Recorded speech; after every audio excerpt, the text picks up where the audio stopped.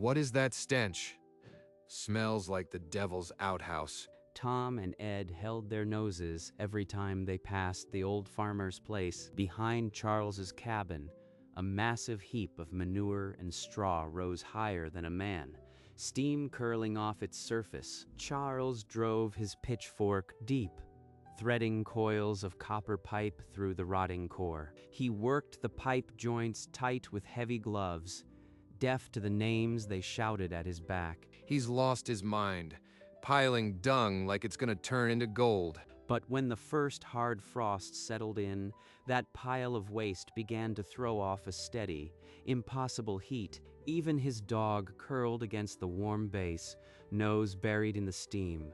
Let them laugh.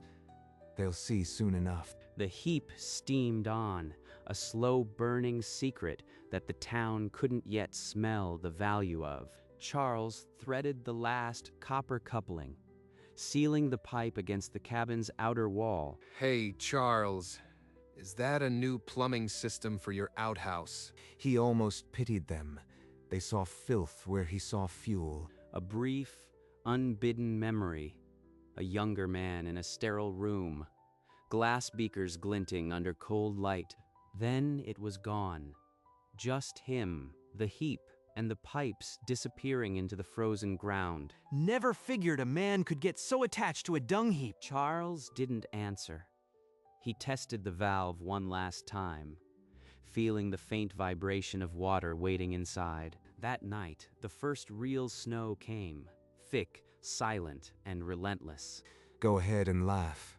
Winter's here, and I've got the only heat in town that doesn't cost a dime. By morning, the world was white, and the heap, now buried under a thin blanket of snow, steamed harder than ever. For the third straight week, the general store posted the same 3 words: firewood, sold out. Men stood in the frozen mud, staring at empty shelves where cordwood should have been stacked to the rafters. The cold was no longer a season. It was a predator, and it had the whole town in its teeth. Charles shoveled another layer of fresh manure onto his heap, the steam billowing thicker than any chimney smoke in town. Can't afford a single log, but he's got the biggest dung pile this side of the mountains. Maybe he's onto something, Tom. That steam's been rising for 2 weeks straight. No fire. In the sub-zero air, the compost heap breathed like a living thing, its core fermenting at temperatures that could boil water. They're all worried about firewood.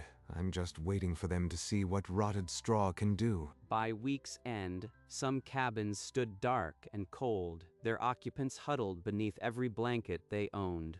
That smell is still there, but I'd trade half my land for whatever he's got cooking under it. The floor was warm. The walls breathed heat.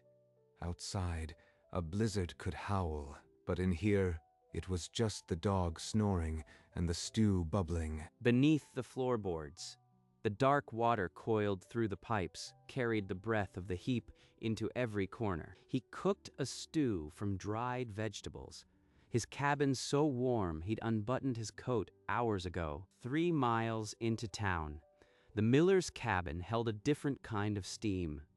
The shallow, desperate breath of a family trying to stay alive. At dusk, a traveler might have noticed Charles's window glowing amber through the trees. And something else, no smoke. Look at that.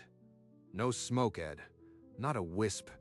How's he keeping warm? Maybe he's just burning something that don't smoke. Only one thing that burns without smoke, and it ain't cheap. The rumor started small, but in a frozen town with empty wood piles, even a whisper carries like a spark. They're starting to wonder. Good. Let them wonder. Maybe then they'll listen. Lettuce in February. The heap's heat kept it growing while the town starved. Outside, the town stores ran bare. The general store sold the last sack of flour on Tuesday. The town sign now read, "No firewood," and beside it, a newer one, "No flour." You see Charles at the store lately? His cart's always full. I ain't seen him buy a thing. A boy claimed he saw Charles through a window, eating something green, in the dead of winter.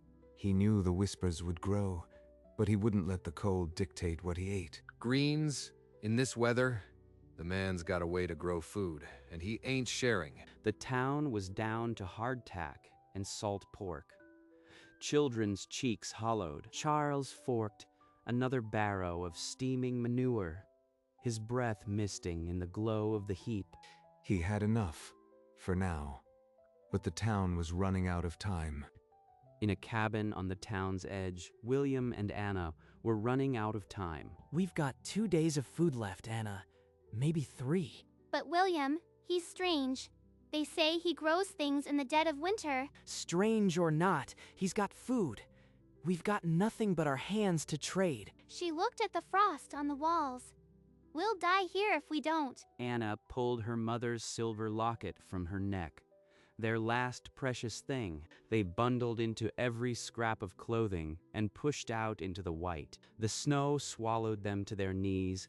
Charles's cabin glowed a mile ahead. If he turns us away, we keep walking. Someone's got to have a fire. He won't turn us away. I saw his eyes once.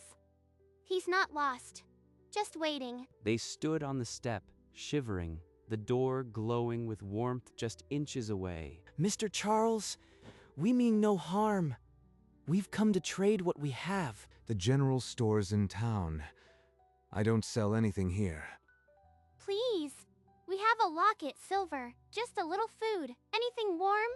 Charles looked at their sunken cheeks, the frost on their thin coats. He stepped aside. The warmth inside was a wall, thick, immediate. Their shivering stopped before the door closed. It's like June in here. How do you keep it so? He could almost feel their hunger. He had been hungry once, in a different life. Anna held out the locket. Charles took it, then folded her cold fingers back over the silver. Keep it. Sit down. I'll fetch you something hot. Then we'll talk. Charles set 2 steaming bowls on the table. The stew was simple. Carrots, onion, rabbit, but hot. They ate like the meal might vanish. William looked up, spoon stilling. I don't understand. The chimney's cold, no fire in the stove, but it's like July in here. They deserved the truth. At least part of it. The heat doesn't come from a fire. Come with me. I'll show you. He pushed open a narrow door at the back. Warm, earthy air spilled into the room. Lettuce. In February. This can't be real. The pile outside, the manure and straw, it rots, and rotting makes heat. The pipes bring that heat right here. Anna touched a broad leaf, half expecting it to vanish. The air smelled of soil, not snow. William stared at the pipes snaking through the soil, the heat haze rising, and he knew they'd only been told half the story. He led them back to the main room, tapping the pipes along the floor. The heap outside is the furnace. Water runs through, picks up the heat, and comes back in. Could we build one? We've got a small yard. Not much else. He saw the hope in their eyes. 2 more souls depending on a secret. If the others found out, they'd call it dung madness and torch the whole thing. We won't tell a soul. We just want to survive. Please. Charles looked past them, out at the frozen fields where neighbors would soon be starving. Tomorrow morning before light, bring a shovel. Tell no one. They promised, hands clasping his in the warm light of the cabin. A pact sealed in steam. Outside, the heap continued to steam, indifferent to the fragile hope growing within the cabin walls. The next morning, 2 hours before dawn, they met at the frozen yard behind William's cabin. Charles marked the ground with his boot, showing where the heap would rise. It would face north, away from prying eyes. Same layers. Manure, then straw. The pipes go in as you build. William and Anna shoveled together, their breath clouding the air like the steam they hoped to see. Charles laid the copper coils, connecting them to the pipe that ran into the cabin wall. He didn't just know what to do. He knew exactly why each layer mattered. By noon, the heap stood chest high. Charles opened the valve, and warm water began to flow. Steam rose from the fresh pile within the hour, a thin wisp that thickened as the rot caught. It's working. William, we're going to be warm. But as the steam curled into the gray sky, Charles knew a secret this large couldn't stay hidden for long. By the fourth day, the thick steam from William's heap was visible from the main road. You catch that smell, Ed? That's not just his place now. The dung man's got himself an apprentice. They crept closer, boots crunching on the frozen crust. The silence inside the cabin gave nothing away. No smoke, not a wisp. How's he doing it, Tom? Inside, Anna opened the tiny door to their lean-to greenhouse. Lettuce sprouts broke the dark soil like green flags. We're going to eat fresh greens in February. They're eating greens while we starve. It ain't natural. Tom's face was hunger and bitter pride. He'd freeze before admitting a dung heap could save him. We'll keep an eye on this place. If the old man's got a secret, I'll find it. He didn't yet understand what he was watching, but he knew he'd been cheated. Under a moonless sky, Tom and Ed crept across the snowy yard toward the steaming heap. They wrenched the pipes loose, tearing copper from the rotting core like thieves ripping out a spine. Dawn broke gray and bitter. The heap lay dead, no warmth, no steam, just a cold pile of manure. Anna, come quick. It's dead. They've killed it. Who would do this? We were finally warm. They stumbled through the snow to Charles's door. Their hope shattered like the ice under their boots. Charles listened, his jaw tight. Then he walked to the dead heap, his boot prints deep in the fresh snow. This wasn't an accident. Tom's work. I'd bet my last pipe on it. He didn't say a word. He just pulled out his wrench, testing the connections they'd torn apart. The heap that had promised life was now a frozen grave. And this secret had just become a war. Charles didn't waste a morning. He stormed to the general store, where the cold and hungry gathered. Someone here ripped the copper pipes out of a family's heat source last night. I aim to find out who. A heat source. Is that what you call that dung pile? Nobody tore out nothing. It probably just died because it's useless. It didn't die. The internal temperature of a properly layered compost heap can sustain 140 degrees for months if you understand thermophilic bacteria and maintain the carbon-nitrogen ratio. Someone deliberately severed the closed-loop hydronic circuit. The big words hung in the frozen air. Men who'd never heard a science lesson in their lives stared at the dung man. Thermo. What? How does a farmer know all that? Probably read it in some almanac. Still don't prove nothing. Prove. You want proof? Come see the pipes. Then tell me again how they pulled themselves out. No one moved. But the seed was planted. The dung man knew things they didn't. And that changed everything. They'll want answers soon. The truth is coming, whether I am ready or not. That night, a boy was carried from the miller's cabin, blue-lipped and barely breathing. The cold had almost claimed its first child. I can't stand by and watch children die. Not when I hold the answer in a pile of rot. At the next town gathering, Charles climbed the steps of the hall and turned to face the crowd. I'll teach anyone who wants to learn. No trade, no secrets. Just bring your hands in your manure pile. You expect us to believe dung will save us? You are mad. But a few men stepped forward. A blacksmith, a widower, the town's only schoolteacher. Charles looked them over.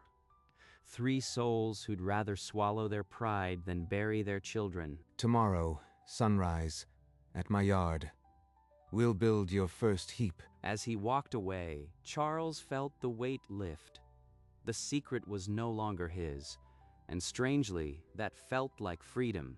Tomorrow, the first heap would rise, not from pride, but from a desperate need for warmth. The first light of dawn found them all in Charles's yard. The blacksmith, the widower, the teacher, and William, silent with shovels. Manure goes in layers like lasagna, straw between. The heat comes from the bacteria eating, nothing else. They shoveled beside him, the smell thick, but the promise thicker. For the first time, no one complained about the odor. You are all fools, playing in dung while the rest of us freeze. Let him watch. By tonight, he'll be the only one shivering. By midday, 3 new heaps stood steaming in yards across town. The sight was strange, but the heat was undeniable. Blacksmith Harland tested the pipe with his bare hand and pulled back, startled by the heat pumping through the copper. Dung madness. It's still a stinking pile of... But the cry of a newborn from the miller's now warm cabin cut through his words. The town had seen its first proof. 3 heaps today, a dozen tomorrow. The smell of rot was becoming the smell of hope. As Charles bent to adjust a pipe, a worn leather notebook slipped from his coat and fell open on the snow. What's this? Looks like engineering drawings and a name, Dr. Charles Reeves. The crowd fell silent. Dr. Reeves, the inventor whose work on microbial heat had been written up in agricultural journals a decade ago. The dung man is a real doctor. All those things he said, they weren't almanac talk. He'd hidden for so long. But a notebook can be more honest than a man. The clipping inside read, Dr. Charles Reeves, agricultural scientist, wins Innovation Award for compost heat transfer. You could have been somewhere. Somewhere with a real lab, not a dung pile. I lost the lab, the funding, everything. So I came here, where the only thing that couldn't be taken was what I knew. A long pause settled over the frozen crowd. The man they'd mocked for months had once been published in journals. None of them could read. The jokes stop now. You've seen it works. I am done hiding who I am. The crowd stood motionless, breath clouding the air. Charles lifted his head and began to speak. 10 years ago, I had a lab, a team. We were on the edge of making farms self-heating. Then the funding disappeared. They called it impractical. I lost the building, the grants, the life. So I came here where no name meant anything. The townspeople shifted. The man they'd mocked for months had been stripped of everything once before. And we called you a fool. I called you a fool. You didn't know. I didn't want you to. Pride is a heavier burden than any winter. An old woman, the town's elder, stepped forward and placed a gnarled hand on Charles's sleeve. You've given us more than warmth, Doctor. You've given us back our dignity. A murmur of agreement rippled through the crowd. Tom nodded slowly, his anger melting for the first time. Then let's finish this winter together. The very next morning, Tom appeared at Charles's door, a shovel resting on his shoulder. I was wrong, Charles. From day one, show me how to build one of these. Without a word, Charles handed him a fork. The work crew doubled overnight. By the end of the week, a dozen yards sprouted steaming mounds. The air, once scorned, now smelled of survival. Cabins that had been dark for weeks glowed warmly at dusk. Their chimneys silent, but their floors impossible to chill. Charles walked the frozen street, and for the first time, hands reached out to meet his own. Tom built his own heap, layering the straw and manure just as Charles had taught. Never thought I'd be grateful for the smell of rot, but it's keeping my children alive. The town, once frozen and divided, had become a single warm body, pulsing with heat born from decay. That pile behind my cabin had become the heart of something larger. The joke of the town was finally the answer. The snow retreated as quietly as it had come, revealing green shoots around the base of the steaming heaps. William, look! The greenhouse is bursting. We've got more lettuce than we can eat. Baskets of fresh greens traveled door to door. The hunger that had gripped the town was loosening its hold. He remembered the frost on the walls. Now the only frost was on the windows of a greenhouse full of life. On the first warm day, they set a long table in the square, a feast of early greens, preserves, and gratitude. I never thought I'd say this, but pass the lettuce. It's better than any steak I remember. Charles sat at the head of the table, a plate untouched before him, his face a study in quiet peace. This is your doing, Charles. We'd have been bones under the snow without you. He looked out over the square, the steaming mounds still working, the children running with full bellies. The community greenhouse stood as proof. From rot they had drawn warmth, and from warmth a new beginning. In the weeks after the feast, Charles walked the muddy street to find that the gaze he once shunned had turned to warmth. Morning, Charles. My boy's been asking to help you turn the heap, says he wants to be a scientist. Bring him along. Science starts in the dirt, Tom. He passed the blacksmith, who tipped his hat. The widower nodded from his porch. No one gagged anymore. That evening, Charles sat on his own porch, the dog curled at his feet. The steaming heap still hummed behind him. He had come here with nothing. Now, he had a town, and they had heat that cost nothing but a little sweat. The heaps that once drew scorn now dotted every yard, plumes of steam rising like flags of survival. The method was no longer Charles's secret. It belonged to the town, a gift from the dung.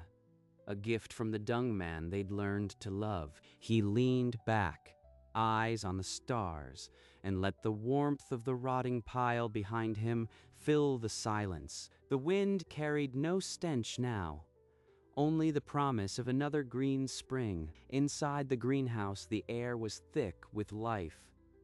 Charles moved among the trays, his hands gentle on the young leaves. A year ago, this space was frozen dirt. Now it feeds half the town. A single seedling pushed through the dark soil, its two pale leaves still cupping beads of moisture. From decay, we drew warmth. From warmth, life. That was the lesson the city never let him teach. Through the glass, the snow ring around the greenhouse was melting, steaming faintly where it touched the warm earth. Charles stepped outside, the heap still breathing behind him.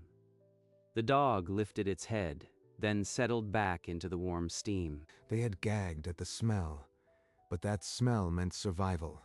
It meant he could finally be useful again. The first true day of spring, and the greenhouse stood as proof. What others called waste, he had turned to gold. Let the world gag.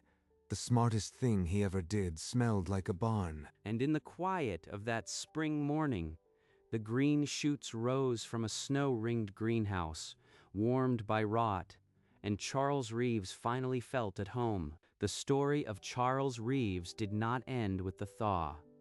It settled into the soil of the town, a quiet proof that what we discard may be what saves us. For the coldest winter anyone could remember, the dung man had been the only one with a plan. They had laughed, they had gagged, and then they had almost frozen, and in their desperation, they had listened. By spring, the smell of manure lingered only as a memory, and the heap behind his cabin was no longer a joke. It was a monument. Charles Reeves never rebuilt his lab. He didn't need to. The town had become his laboratory, and every yard a testament to the science of survival. The method spread by word, not by paper. The dung man's name traveled farther than he ever walked. In the end, the greatest invention was not the heap. It was the trust between a man who had once lost everything and a town that had almost lost itself. The greenhouse steamed through the final cold nights, and when the sun finally broke hot over the mountains, the town was ready. They gagged at the manure pile behind his cabin until it quietly heated him all winter long. And then it warmed them all, a single green sprout, pushing through the dark soil, where snow had been only weeks before.